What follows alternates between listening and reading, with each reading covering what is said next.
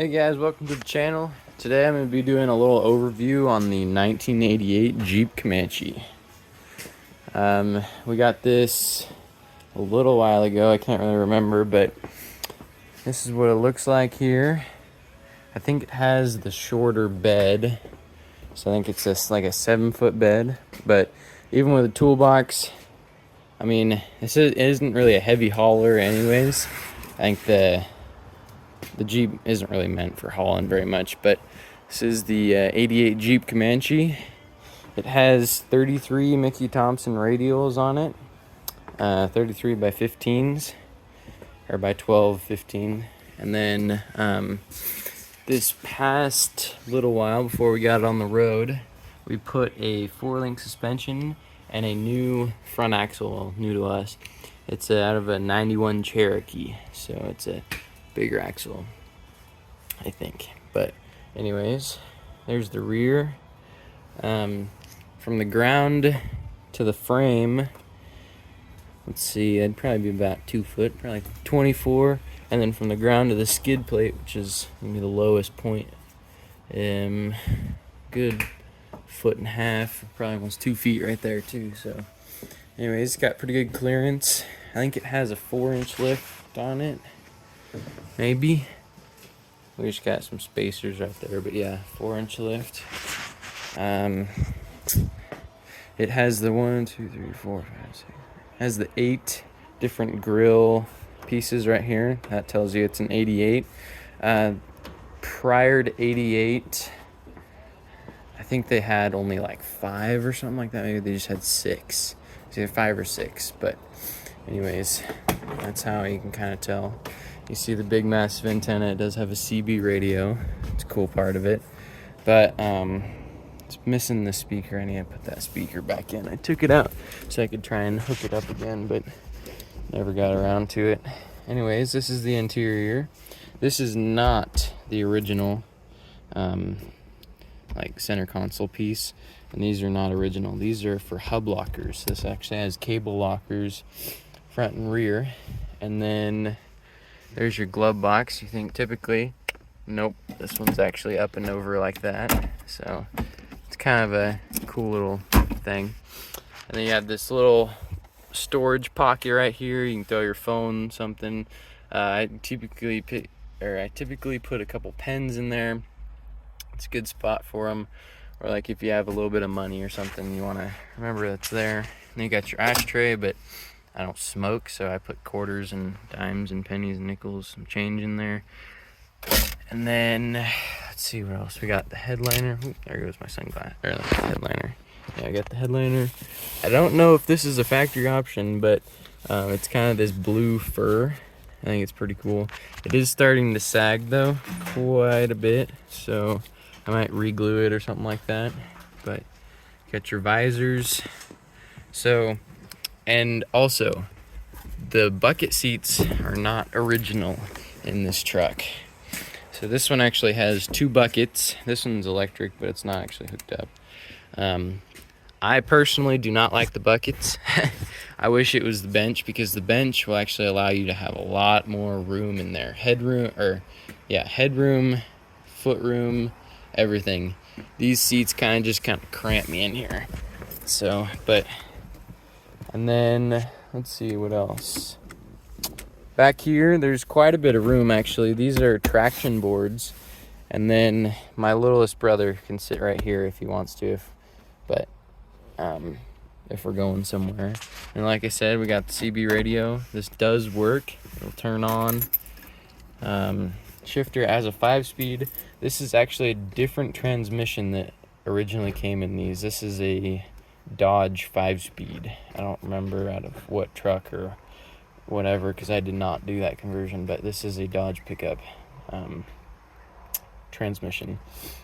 And then we got our gauges. I love these 80s gauges.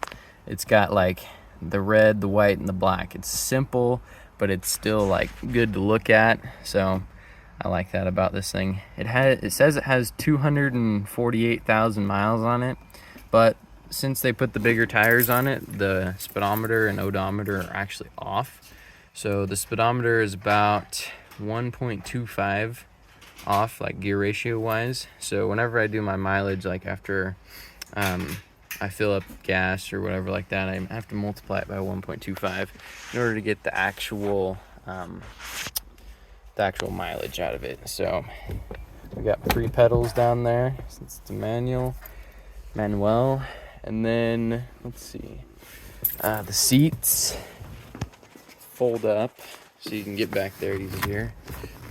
Now this isn't like the original seat. I think this came out like a Cherokee or something like that. But yeah, like I said, there's quite a bit of room back there. I can fit these traction boards back there, which are pretty good. And then there's actually an amp right there too. So there's that.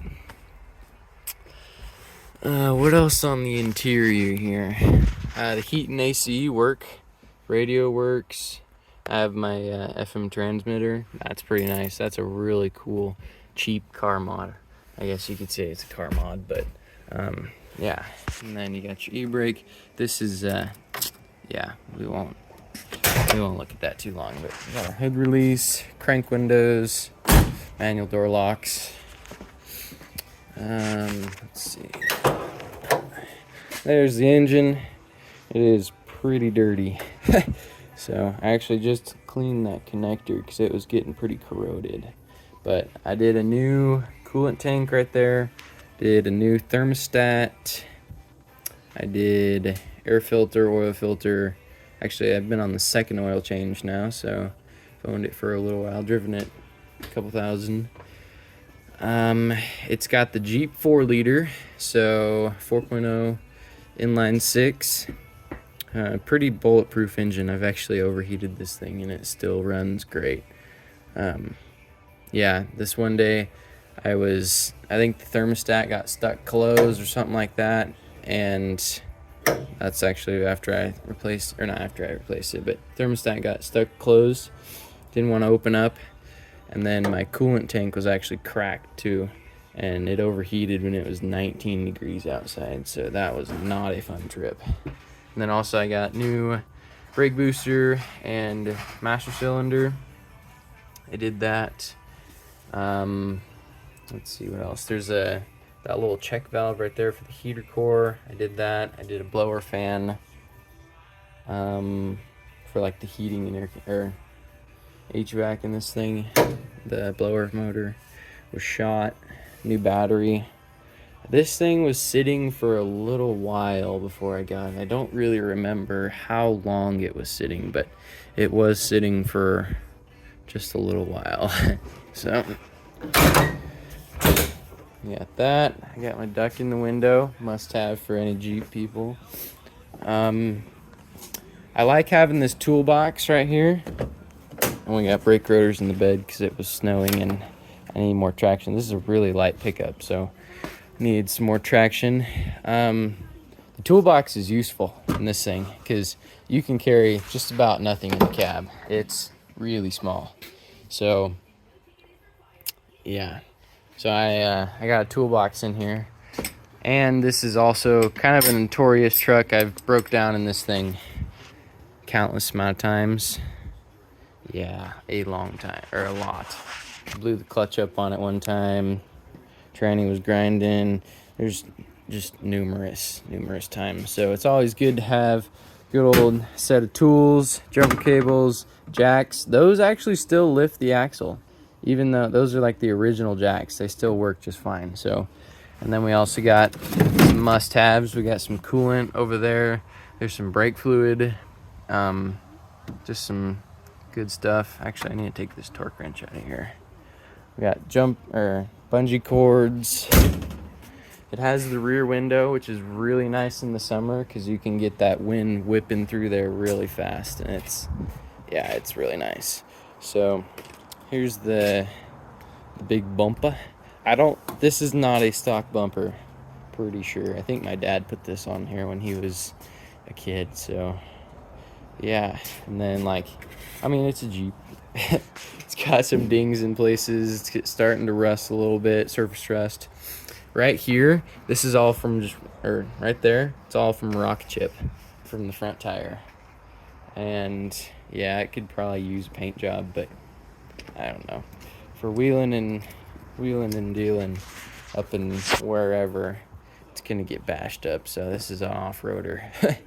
But yeah, other than that, I think it's a sweet truck. It's been a cool daily driver. Taught me a lot. I put those lights right there. I don't know, they're kind of cool.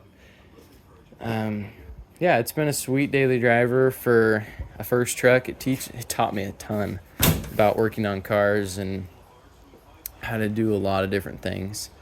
Because I've gone through it, like pretty much everything. We went through brand new brakes, like rotors, caliper, pads, lines. We did a new front axle, like I said, new 4-link suspension, new skid plate. We've dropped the tranny on this thing probably 2 or 3 times now, so I've got to know how to do that. You can do that pretty fast. I've pulled the tranny, split it in half, rebuilt it, put it together, and threw it back up in the truck in 1 day. So yeah, that was a fun job too. So the undercarriage. Down here we got our stock exhaust, which is going to change very soon. But we got the transfer. There's no front drive shaft because when we did the 4-link suspension on it, the original drive shaft did not fit, or the stock one did not fit in here. So I'm still waiting to get a new drive shaft. And yeah, I don't know when I'm gonna do that. It's kind of expensive. Oh, I did a fuel pump and fuel filter. So actually, I didn't even have to drop the tank on this thing. I literally just pulled that top piece out. New pump, sump, filter, and then new inline filter. Yeah. Got back here, spare tire, bald. It's a bald one. And then it has drums in the back and discs in the front. So there's that. I ordered a Dixie horn for it. So the Dixie horn is actually supposed to be here in a little while. And I'll probably make another video on that, putting a new exhaust and Dixie horn on. Actually, I can probably show you the exhaust. It's sitting right there. It's just gonna bolt up to that flange, and we'll have a louder exhaust. So that'll be nice. Yeah, I'll fire it up and we can go drive it around. All right, so now we're driving the truck here. Some things about it, let's see here. We got the Dodge tranny, so it's actually geared a little bit lower. It's a really smooth shifting truck. Really, I'd say it's a really good learning truck if you're learning how to drive stick. It's a great truck. Headroom wise, it got like a little bit, not very much. Legroom, decent. There's a cool car.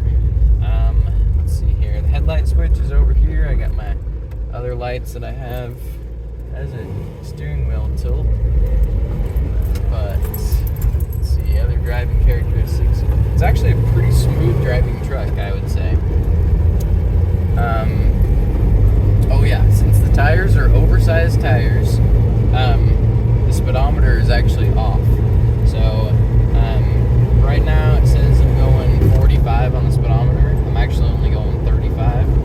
So it's about 1.25 out is what I multiply it by. So I take my mileage that I've, so like if I'm filling up gas or something, I set my trip odometer, and I have to multiply it by 1.25 in order to get the actual mileage that I've gone.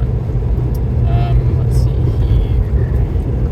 Oh yeah, MPGs, I get about 15 miles to the gallon, and yeah, I mean, it'll go as a 16-gallon tank. There's 2 different tank sizes. There's a 16 and there's an 18. I get about 15 miles to the gallon, and I can go about 130 to 150 miles without having to fill up again. That's pretty crappy gas mileage for these days, but whatever. But it's been a pretty solid daily driver, I would say. It's taught me a lot, taught me how to drive stick, and I think I would say I'm pretty smooth at driving the stick, driving a clutch. So, yeah. And then the gauges right here, really, really nice gauges, I would say. You got your oil pressure right now. If I'm driving, just kind of cruising, it's at about 60 pounds. And you got temp gauge, that's been useful over the years. You got the fuel gauge, that sometimes works, sometimes kind of sticks. You got your voltage gauge, you got your tach, and you got your speed. Those are pretty much the basics for any truck that any truck should have. It's idling pretty high right now. You can see that it's idling about 120 or 1200, no. Yeah, 1250 RPMs is what it idles at. I think that's because that's a vacuum leak. It'll fix a vacuum leak and then it'll idle at like 500 to 1000 RPMs. Yeah, you can see right here you got just a tiny bit of room for the middleman there, but the seat belts are there. I have had my littlest brother sit here before, and I've actually had my other brother sit here before too, and it's a bit of a cramp, I would say. It's pretty tight. But then other thing for the gauges, I actually have this right here. It's supposed to be a display and it tells you the time, and then there's another one on this side that displays stuff. This side sometimes works, like it'll show my brake light, it'll show my fuel light, but in these Jeeps they actually made it so there's an upshift and a downshift light too, so you can actually look over there. Mine is not hooked up. I don't know why it's not working, so I don't know if I'm gonna try and mess with that a bunch, but it's a pretty smooth riding truck. Yeah, if you like this video, leave a like. If you don't like it, well then I guess you didn't like it. Sorry, I tried my best. We'll see you guys in the next one.